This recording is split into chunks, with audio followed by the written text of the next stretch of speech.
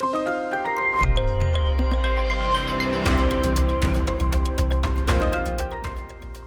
National Youth Council recently launched the SG Youth Plan after engaging over 60,000 youth. Its findings show that nearly all are invested in making Singapore's future better and are confident in their ability to shape it. Yet fewer than half feel there are sufficient opportunities to contribute towards what they envision. Youths also yearn for deeper and more genuine friendships, stronger family ties, as well as better mental health and well-being. In Singapore, our young people are coming of age in an era of artificial intelligence, geopolitical upheaval, and economic uncertainty. Many are brimming with ideas and energy, hoping to make their mark in building a nation that reflects their beliefs and aspirations. How then can we help to fulfill those dreams? For those anxious about the future, or even at the prospect of adulthood, how can we better help them along? And what will it take for young Singaporeans to thrive in this age of uncertainty? To help me explore these questions, I have Dr. Chew Han Ai. You are the Associate Director of Impact at the Singapore Management University, and your work focuses on how young people navigate uncertainty, technology, and public life. Next to you, I have Mr. David Chua. You are the Chief Executive Officer of the National Youth Council, which is an autonomous agency under the Ministry of Culture, Community and Youth. So NYC partners young people to hear their views, empower them to act on their passions, and give them a stake in Singapore's future. The agency also spearheaded engagement efforts under the SG Youth Plan, where youth shared views on topics ranging from careers and well-being to relationships and civic action. Next to you, I have Ms. Lim Yi Ling. You are the CEO of Wave Sparks, an entrepreneurship platform that helps ambitious young people turn early ideas into real ventures. So you do this through accelerator programs and mentorship, building communities and pathways to networks and capitals across Asia. And next to you, I have Ms. Atia Ashraf Ali. You are a sustainability professional who supports corporate clients on their ESG journeys. And you are also a community leader working with youth and Malay Muslim women. And last but certainly not the least, I have Mr. Narasimhan Tivasihamani, also known as Naresh, and you are co-founder of Impart Limited, which works to empower youth. You also work with seniors in your work as volunteer CEO of Empower Aging. And fun fact, you were a finalist in ST's Singaporean of the Year Award in 2024. So welcome everyone. Happy to be here. Yeah. Thank you all for coming. Yeah. Let's dive right into it. The SG Youth Plan has over 20 recommendations that fall under 3 pillars aiming to help young Singaporeans to become confident, connected, and contributing citizens. So I guess my opening question is that when we think about young Singaporeans and how they relate to the future, what is one word or one image that comes to mind? Maybe, David, let's start with you. I would describe them as a wary generation. And maybe 10 years ago, there was a bit more wonderment. So a sense of curiosity, a sense of adventure. Today, there's a bit of wariness about making choices, what to study, what careers to take, whether to get married, whether they have kids.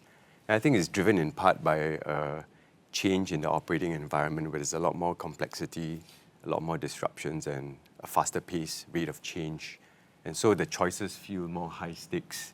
And so that leads to some perplexity, some anxiety, and therefore this sense of wariness. But I hope we can shift it back to that sense of wonderment. Right. Well, I think I hold 2 images in my head. Thinking about young people and their transitions to adulthood 10 years ago. For me, it's like the old school bingo board, where you kind of know what's on your board and then you cross things off. So you study, you get your degree, you cross things off, cross one off, and then you get a job, you find a partner, get your house, and then move towards a stable life. So you know what was on your bingo board. I think these days, the bingo board seems to be getting bigger and bigger. So you have concepts like financial security or financial independence, mental well-being and mental wellness is now a target. And then you have all these keeping up with technology and AI. And at some point in time, the bingo board starts to look like a blinking dashboard. And And I say this not because I think the youth are like the so-called strawberries and they cannot keep up. I say this because I think the pathways into adulthood has definitely become noisier. It has become less linear and definitely less predictable. Right, we'll come back to that later.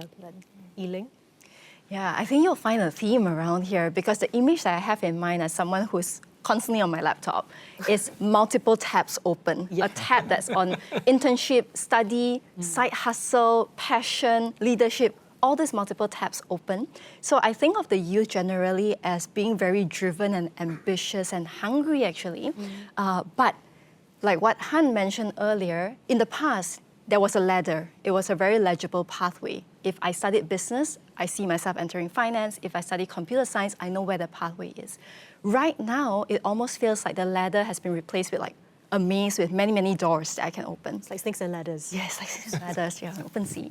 And so when they go to one, it's almost like, it's not that I don't know if I'm going to be able to get a job at the end of this, but it's which door do I open, which pathway do I take, and am I making the right choice by opening that door? So that's the image that I have of them. Right, that's really interesting. And Atia? For me, as a youth myself presently as well, I do find the word that comes to my mind is the uncertainty of it all. Because I think growing up, we've seen our parents stay in the same role for many years. And now, like a few years into the career, I think a lot of us have experienced multiple jobs.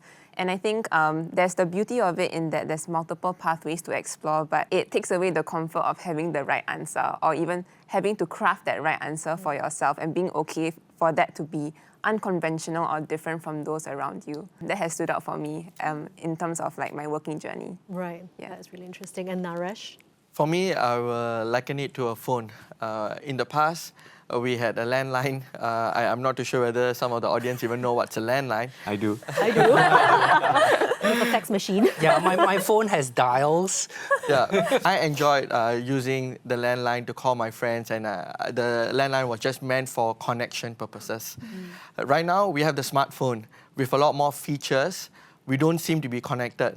And just like that, I think a lot of our own lives are like the smartphone. There's a lot of things that is going on the smartphone or in our lives, but we are not really connected with the community around us. There is a lot going on, but at the same time, it means that there are more possibilities than ever before. We are more connected than ever before, and yet we are somehow lonelier than ever before. So this is something that we're going to dive into later. David, I mean, what do you see as the biggest headwind facing this generation of Singaporeans? I see three headwinds actually, and part of it is related to what everyone was talking about. So many things going on, whether it's on a bingo board or on the snakes and ladder or uncertainty, right, and on the phone. There is a lot of ambiguity. So ambiguity and uncertainty is one big headwind, but the real part of it is whether our young people can operate in ambiguity and learn to confront uncertainty, be comfortable with discomfort. Because therein lies the opportunity for growth. It's two parts of the same coin. And so that's one headwind. The other one is actually connections and social capital. So we do see, at least in our research and surveys, slight drop in the number of connections. We've also seen an increase in the number of people reporting back that they have no close friends, from about 4% in 2013 to about 8% now in 2025. So that is of concern for us. And social capital is a longer factor for overall well-being. So that is something we ought to be paying attention to, despite the complexities in our lives. The third headwind, I think, has to do with our people having the agency to be able to contribute and to know that they have a stake in Singapore. And so understanding that they are able to make a difference here and knowing that they can do that is important. So it's maybe what I would call a hope gap, something between what they aspire and what they feel they can achieve and how they feel they can be heard and contribute. And so we do need to close that gap in some sense. Young people not only need to be given the space for it, but also be able to grab those opportunities to close that gap. Coming up to you, Yi-Ling, you know, Singapore's youth unemployment, even even despite the fact that there is what David mentioned, this sort of hope gap. But our youth unemployment rate is actually one of the lowest in the world. Like last year, it was 6.6%, and our rate of NEETs, which are young people who are aged between 15 to 24, not in education, employment, or training, is also among the lowest in the world. And yet, as we've mentioned, you seem to feel that there is this deep sense of anxiety, this lack of confidence. So why is it that on paper we appear to be doing so well, and yet it doesn't seem to translate into this lived experience? I think what looks good on paper, what that gives really is completion confidence. It tells you that you've done this project, you've gone through this syllabus or this course, you've earned your credentials and your rights pretty much.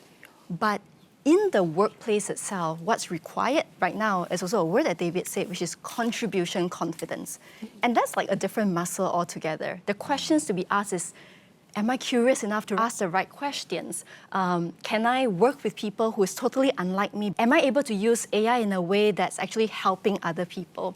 Can I take feedback? These are all contribution confidence that our preparatory systems in school, I don't think have prepared the youth for. So even as we look back as well, I think in school, we have all these rubric systems, right? And scoring and grading. And so we know what good looks like. Feedback is structured. We know when we take the exams, the grades come out, we know how we are performing. Whereas in the workplace, it's different. Your feedback that you get could be very blunt and it's not structured. You may not like it. You don't know how well you're doing or how not well you're doing until maybe at best once a quarter, if not once every 6 months itself. So I think that's where the gap lies. Also a word that David used, that's where the gap lies. But I don't think the gap is fully about skills and ability. Although that being said, I do think that with AI coming up, we are going to see a widening of that skills gap between people who can come and can contribute to the workforce versus the ones who maybe cannot just yet. That's why I think that there are certain programs in place that hopefully can equip the students or the youth with that confidence ability. Because when I work a lot with young founders, for example, honestly, the best way that they gain confidence is when they go out, they speak to real people, real users, real investors, and they usually get no's and rejections. And sure, the first 9 times can be really, really painful. But when they get their first yes and their first affirmation, that sort of exposure and that sort of validation is what helps them then build that confidence to come up and do this all over again. So I feel strongly that the way that our youth can gain that confidence a little bit more is through exposure, is by facing rejections early on. And hopefully with some of the programs that I think the SG Youth Plan has come up with, like the job tasters and the youth action, that's how we're exposing them more to that.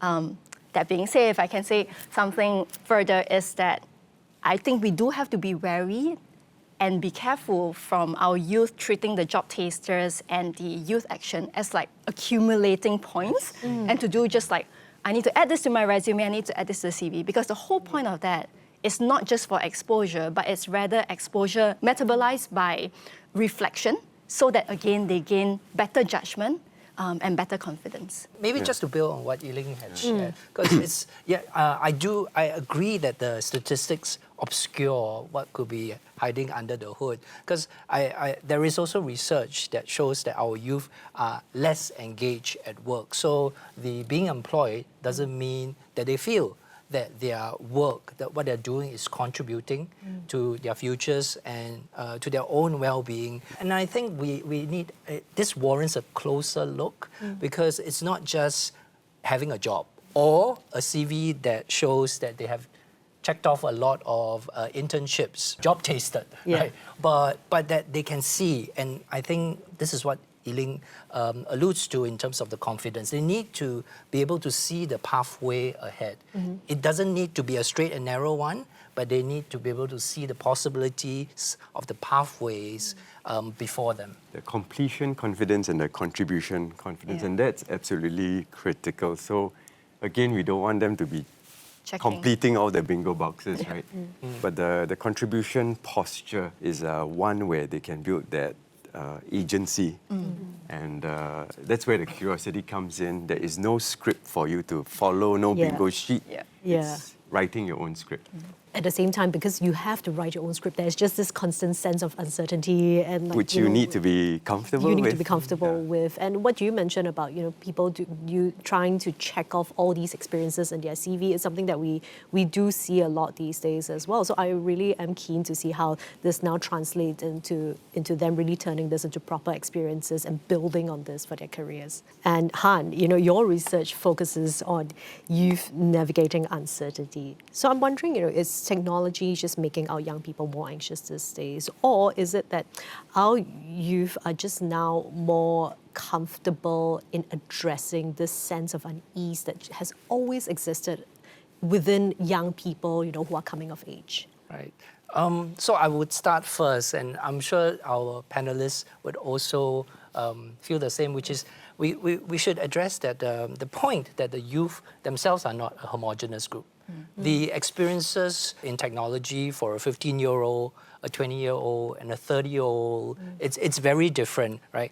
Because there are different transition points and life stages, and the technology will affect different age groups differently. So some of the anxieties now, we are familiar with them. So young people have always worried about friends, family, having enough friends to hang out with, their work, their studies, and their future. But I think what has changed is that all these anxieties, now every single one of them comes with their own notification system.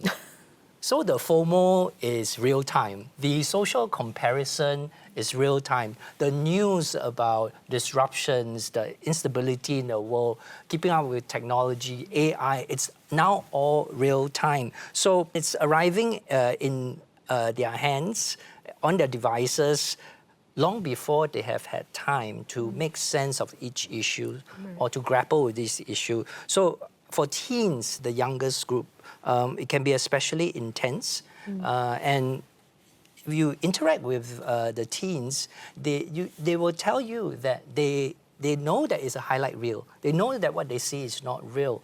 But appreciating this intellectually doesn't mean that they can walk away from it emotionally, because they're still transitioning into they're forming their own sense of self, right? So, and there are also gendered patterns. Girls and young women, they may feel the social comparison and the need for belonging a bit more acutely. And then for boys, it is usually about problematic use and with gaming, as well as online subgroups. So yes, the technology has made our young people more anxious, but the issue, I think, is not just about screen time or their ability to adapt.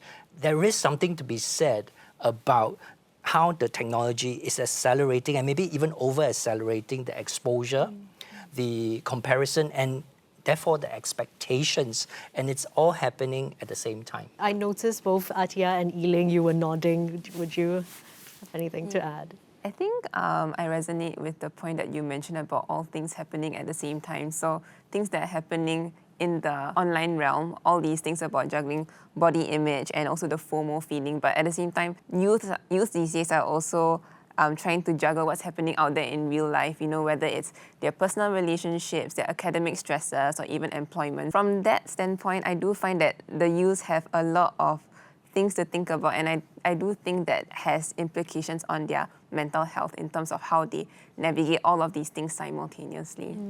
Would you also say that it's because youth these days also want to be more involved? Like they see things and they feel like I would like to help to change that. I would like to be a part of that. In your experience? I think it's a part of that, and I think some of the things that were mentioned, like contribution, confidence, and agency. I think youths are trying to figure out their place in the world today, and I think them doing that, finding things that are meaningful for them while also trying to make sense of everything that's happening around them is quite challenging and also quite overwhelming. Right.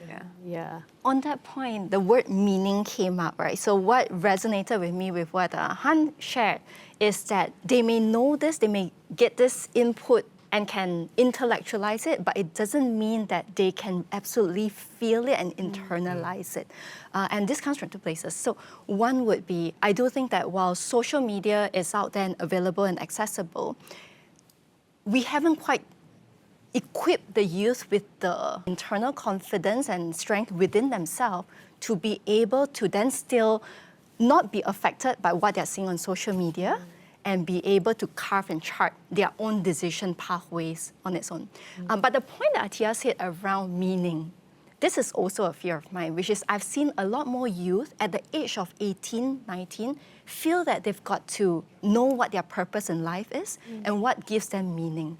And I think for most of us, we discovered that late in life through the different experiences that we had. Yeah. And that's how we discovered if we really, this thing gave us joy or meaning or not.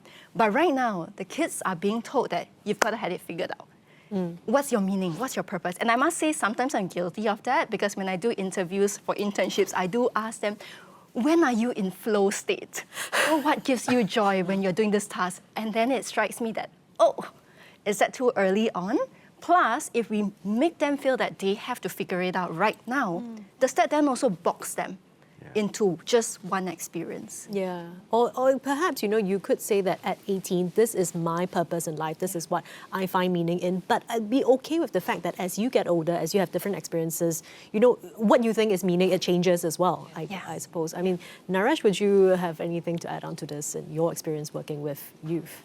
I will agree that meaning itself changes as time goes on, right? I feel like many young people are forced to go through an automation process of going from primary school to secondary school to a JC or a poly or a ITE, and then after that, they want to look at the next university to go to, right? And when you just look at life in that factory automation kind of style, then where does life take you?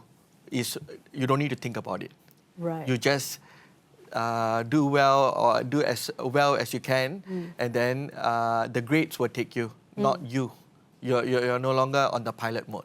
I think for me, one thing that I think to build up on that resonated with me post-university, I went back to catch up with my economics professor, and I was telling her, I'm trying to think of switching jobs and that kind of stuff. And she was saying, that's pretty normal. I think for me, that conversation helped me to normalize, she was saying how we need to constantly update ourselves with new information, and that will allow us to rejig what meaning means and what we would want in the next role that we play in society or at home and such. So I think the thing about how our society operates is that, we are so used to having a model answer or a right answer, but 10-year series. Exactly, but the beauty of it is that all these things will evolve and there's no one right answer, but it's what sits right with you at that point in time. And I think maybe we need to create an environment where it's okay for our young people and even us to say, I'm still figuring it out. Yeah. And there's no judgment passed. And recognizing that you're on a discovery mode, curiosity mode for an extended period. Yeah. And for most of us, it will be that way. That is true. And then I have a boomer reaction to that, which is maybe for the young people, it may not be okay to look at opportunities that are before them and say, okay, is this going to give me meaning, right? Yeah. And to say, okay, this one might be more meaningful than this. Don't let it be a benchmark. No, some of I think this is the grey hair sensibilities, right? I think there is meaning in all the different work and contributions we can bring to society. Sometimes you just have to dive right in. Don't judge the opportunities according to how much meaning that it may bring you. Try it out. Maybe you can find meaning in the service and the work. Atia, I just want to come back to you because earlier we talked about how youth these days they're reporting having fewer friends. Some don't even have close friends. And social scientists have called this the friendship recession, which actually talks about how when people have fewer friends, there are these repercussions that come along. So based on your work in the Malay Muslim community, do you see this as something that is particular only to one group, or is this really a experience that is across all communities? I think it's definitely something that transcends everyone, but how it looks, it's very nuanced depending on which cultural background you're from, which gender you sit in, and all of that. I think the key things that are common across all would be the lack of time. when you want to build friendships and build relationships, you need to invest in them. But I think with time as a factor, it's very challenging. I think especially today where things are always very fast-paced. You're always trying to play the catch-up game in terms of school, in terms of work. And sometimes the work-life boundaries are also very blurred. So then that's where there's lost opportunity in terms of trying to build those relationships. And I would also say that, with us relying a lot on technology, our perceptions of how to optimize time have also changed. Sitting down and relaxing, is that productive? I think we tend to ask ourselves these questions a lot. One other thing I've also noticed, and I think alluding to what David was saying earlier, like how youths are deciding, whether to get married or not, what kind of roles they want to play. I do find that amongst my friends, all of us are at very different life stages, even though we are of the same age and we went through school together.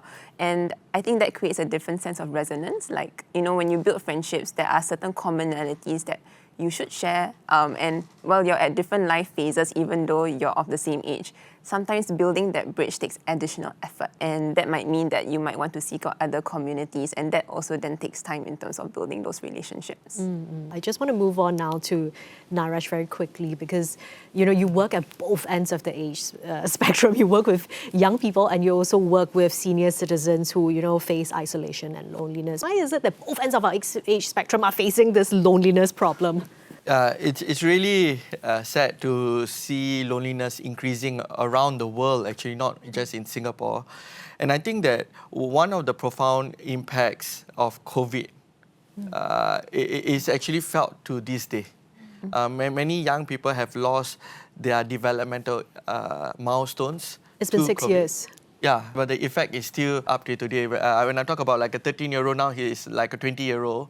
But the anxiety of social connection or just trying to look face to face and have that connected conversation is very uneasy for many of them.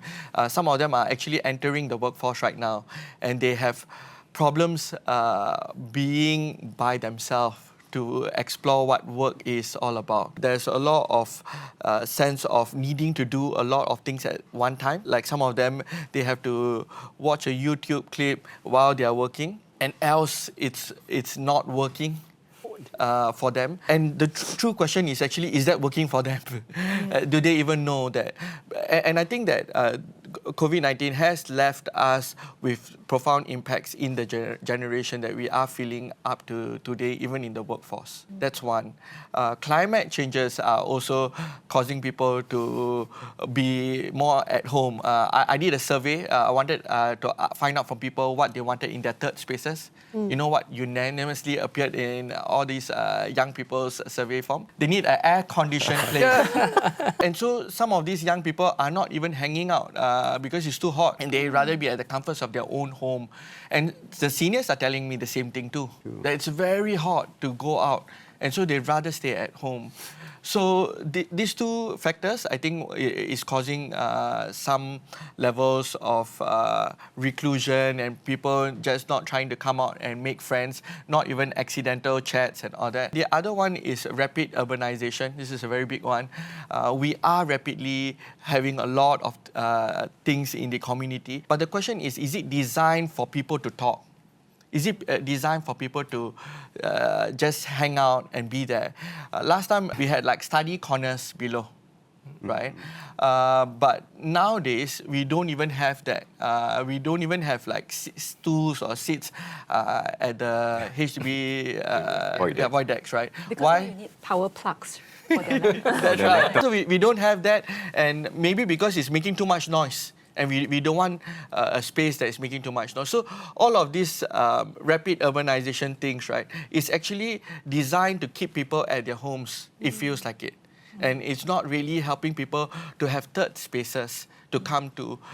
There is senior activity corner, and then there's a playground. Very different spaces for very different groups of people.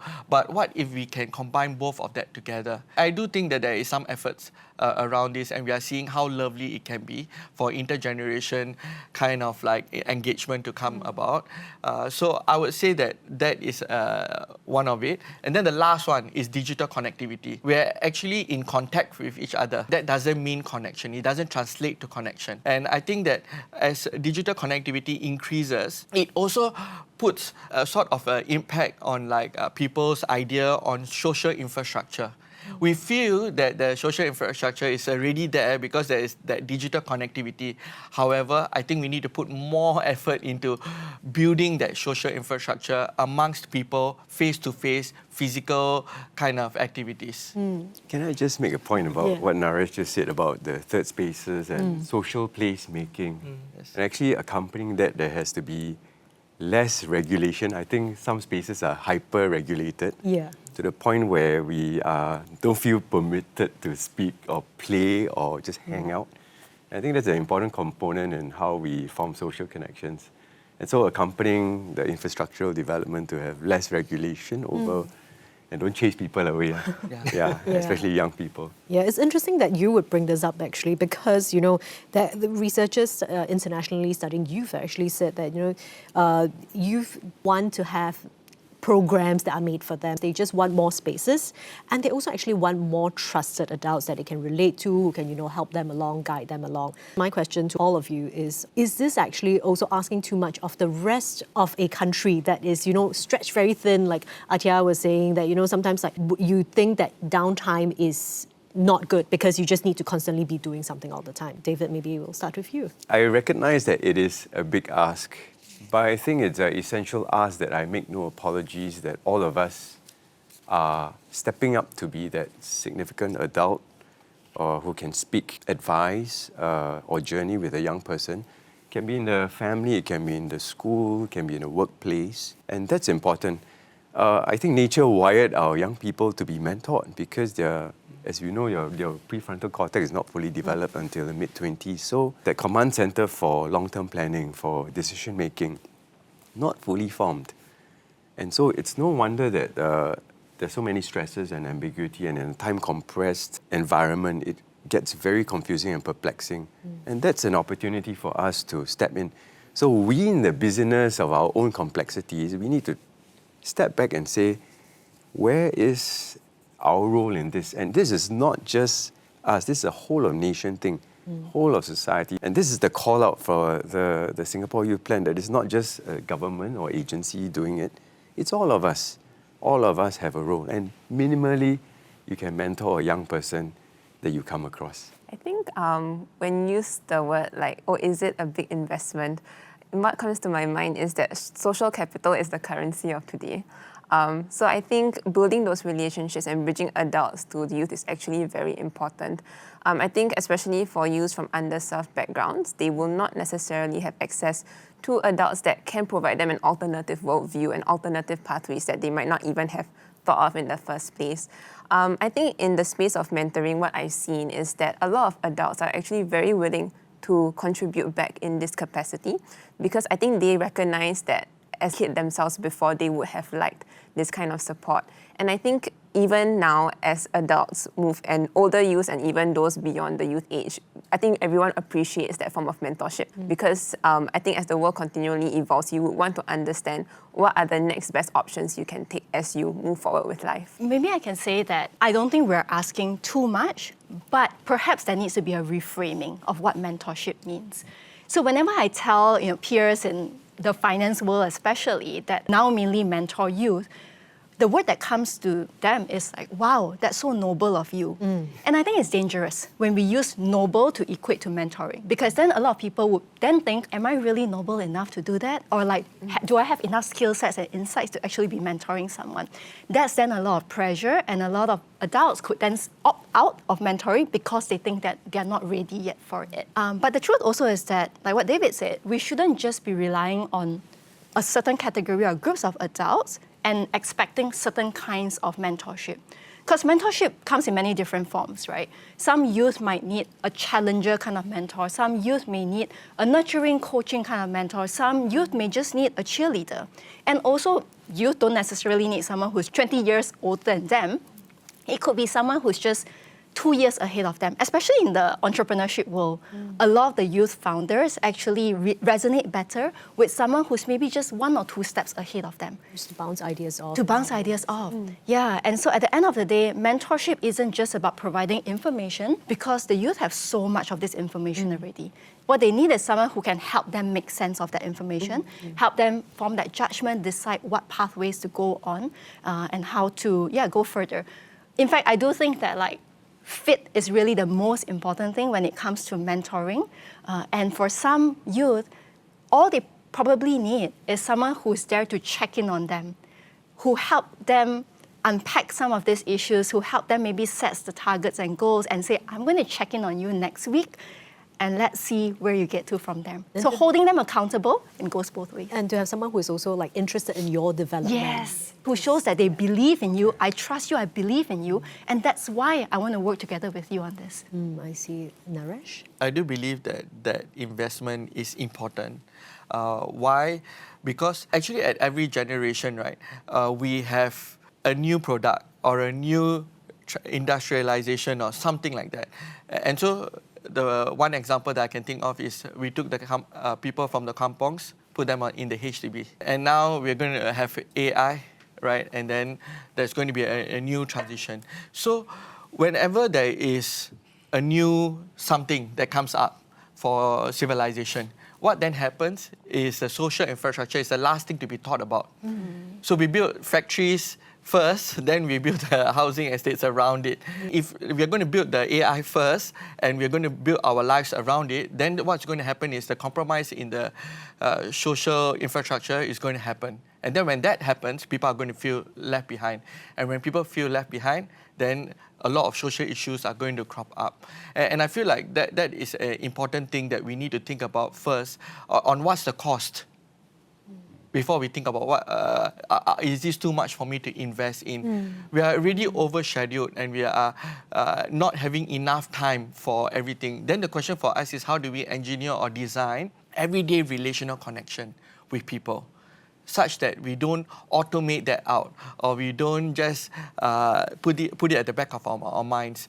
So I feel like it is a worthy investment to look at mentoring, to look at third spaces, to see how we can help young people to thrive, because they are the future of our nation. Take us home. I want to go out on a limb and say we are not asking too much. In fact, we're not asking not enough. So I'm reflecting on what we have done. I think over the years we've gotten better at listening to young people, from our Singapore conversations to Forward Singapore. And then David did a lot of listening at the National Youth Council with the youth dialogues. And we do surveys to kind of know what the youth are thinking about. And I think that matters. The young people need to feel that their views are valued. But the one finding from my research of 3,000 youths over a few years, it has stayed with me all this time, because it is important that young people feel that they are valued, but we cannot stop at giving them a microphone. So not enough to just listen to them. The trust that is being cultivated is a two-way street. So the young people, they don't just ask whether they trust you to listen to me, the mentors. They also think about whether the institutes, the adults, the mentors, they trust the young people back, right? So in my analysis, the youth, that they feel valued, did help with the trust that they have. But I think the reciprocal feeling that the institutions trust them back, to give them real responsibilities, real agency, matters even more. In fact, 4 times more than just listening to the young people. So I think the takeaway from that is that we cannot just give the young people a microphone or just sit and listen. We need to do a bit more and to trust them to shape their contributions into something that matters. So to David, then the kind of the test for the SG Youth Plan is whether we can move from just listening to the young people to make them active contributors. Yeah, I will pick up from that, and it relates to a larger developmental aspect that in mentoring, the best kind of mentorships I've had were when my mentor was also giving me outsized challenges and giving me the responsibility to see it through. And those were the type of coaching or slash mentoring moments that worked for me, because it was action accompanying a journey that there was an exchange. So in like manner, in terms of contribution, I think even for young Singaporeans to be able to actually feel that they are trusted to shape Singapore, I agree that institutions and government can do a lot more. We can do much better. We can seed policy space to allow for young Singaporeans not just to have a voice, but to have an actual stake in shaping something. And I think we are taking steps. We've been taking progressive steps since the youth panels we convened. And now in the new term, we are thinking about redesigning some of these new panels, youth panels with our government agencies to tackle actual issues, blueprints, master plans, legislation even. And I think we're opening up a new opportunity. And with that trust, actually there needs to be trust also built in the institutions about young people. And young people also need to show that they're trustworthy. And I can take heart from an indicator that young people said, we also want to be equipped well for the job and to be informed. And so we are willing to do that as well. And so I think there's an exciting new space coming up under the SG Youth Plan, and I look forward to partnering with young people. Yeah, that is very exciting. So, I mean, just one last question for everyone. You know, we've talked about a lot of challenges, we've talked about some solutions. So if I were a 19-year-old just on the cusp of adulthood, facing this very uncertain world, in one line, what would your one piece of advice be? Maybe we could start with you. So I say with all the uncertainty and instability that we talked about, don't be overwhelmed. I know the temptation, and don't think that lying flat is an intelligent response. Okay, lying down to rest is okay, but resignation is not the solution. We say you need to build your resilience, but I would tell the 19-year-old, build your resilience with a community, with trusted mentors, adults, and good people who can tell it to you as it is. So yes, build your resilience, but also surround yourself with a community of resilience. Right. Naresh? Your relational health is more predictive of your mental health than the history of your adversity. And I think it's important for every young person to know that the people that they are connected to, the community that they are connected to, will strengthen them. I think for me, it'd be that every mistake you make is a footstep closer to success, and success is how you choose to define it to be, and it can change with time. Ling?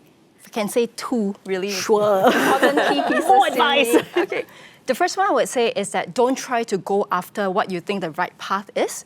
Don't go for the safe routes. Instead, go for the place and the opportunities where you can learn the fastest from people who you admire and who can help you grow.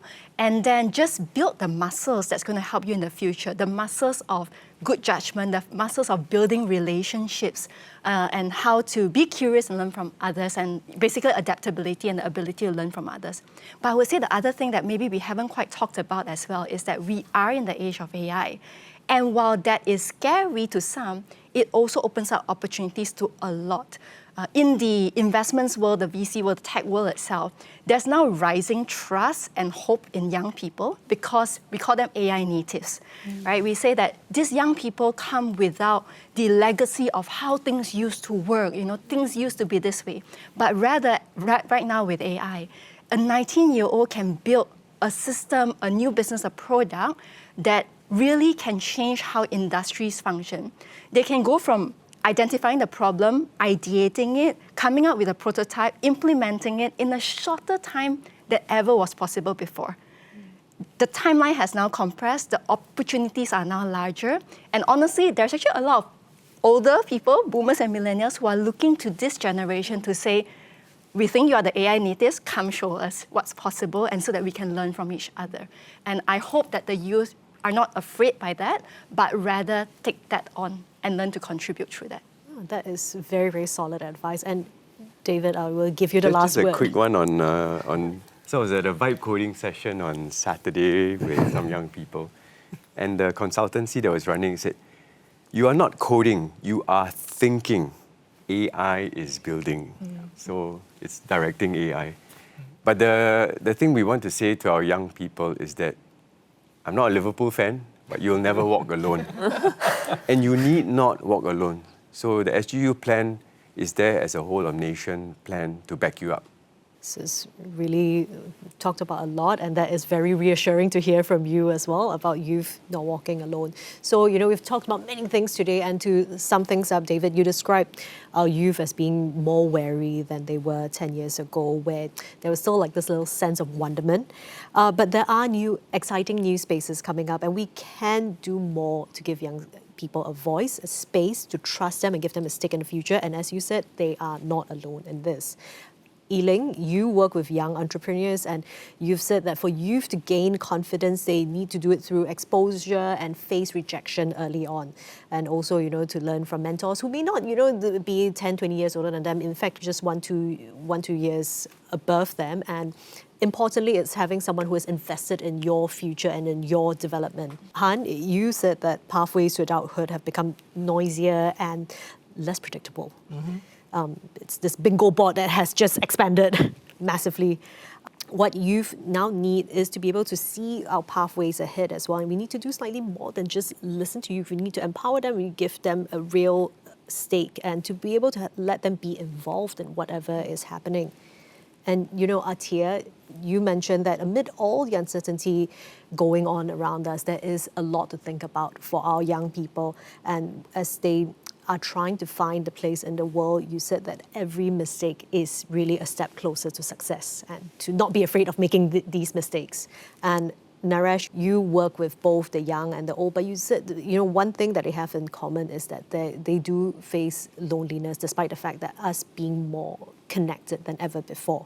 So not the same as physical interactions, and what you think is important really is more face-to-face interactions and how we find more solutions towards coming to this. So really, thank you so much, everyone, for sharing all of your thoughts today. And this was a very robust and interesting discussion. So do keep following the Straits Times In Perspective Roundtable. We will keep bringing you more sessions of fresh insights, real perspectives, and meaningful dialogue on the issues that matter to us. Thank you for watching.